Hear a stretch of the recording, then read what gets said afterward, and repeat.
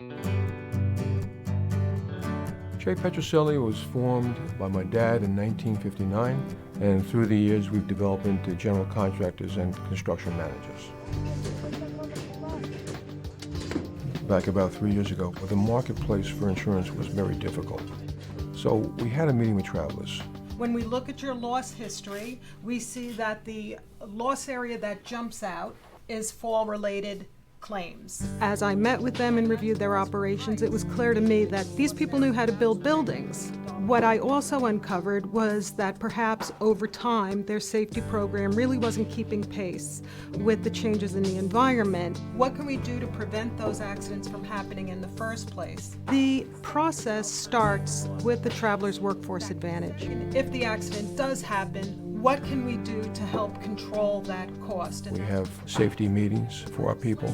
Travelers would come to our office and show us what was the right safety measure to take in a particular instance on a job site. It starts with finding the right people to work for your company. Petrocelli recognizes this and now has a hiring process that includes background checks and references and a mentoring program. We want to have experienced people that understand safety and what it takes to get that building built efficiently and be accountable. What this really relies on is more than communicating basic job skills. It really requires that there's good communication between the superintendent and the main corporate levels, as well as from the super down to the subcontractor level. So what we do is, when we hire someone, we actually interview that subcontractor's competent person to make sure he understands, the level of safety and watchfulness that we want on our projects. When we hire a subcontractor, one of the things is when their guys come on, they have to do a safety orientation, either with the site super or if there's a site safety manager. My role is to go out to the job sites on a random basis. We do random inspections, covering all the safety programs. We'll look around the job site to see if there's any unsafe practices. We'll also go out and target specific things, whether it be fall protection or openings in the floor, as we get bulletins and stuff from travelers. When there is an accident, you could be talking millions of dollars that have to be spent between lawyers, testimonies, things that have to do to prepare the cases and actually the award of the case. I have to say, I continue to be impressed with Petrocelli. You would think that this would be a very defensible claim. We did a presentation with them over the summer in regards to the New York labor law and how they can better protect themselves when a loss happens, what kind of documentation that they can maintain out in the field to help defend themselves. The level of commitment that they have for safety is tremendous.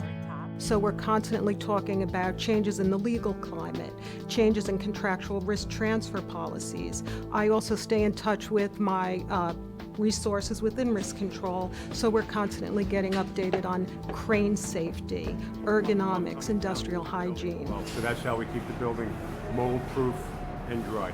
Melanie has always been there for us in terms of what I might need, whatever questions I might have, and we bounce a lot off Melanie. Several years ago, Petrocelli's experience modification was trending upward. Now they're operating with a credit mod, and that opens all kinds of doors for them in terms of work and growth and profitability. It's a great result. A lot of times I deal with the interior. It doesn't make sense not to be safe in today's world. If you're safe, your premiums are lower. It makes me more competitive to get that job and be successful. If you just have a profit motive, then I don't think you should be in this business. I think the motive should also be the well-being of the employee that works along with you to make that profit. You got to keep your head on a swivel.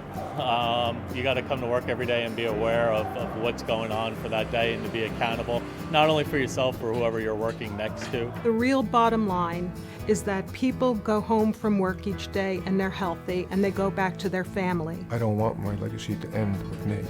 I want it to be with future generations and my family, but the only way you could do that is to show them the right way to build and be safe. It doesn't end.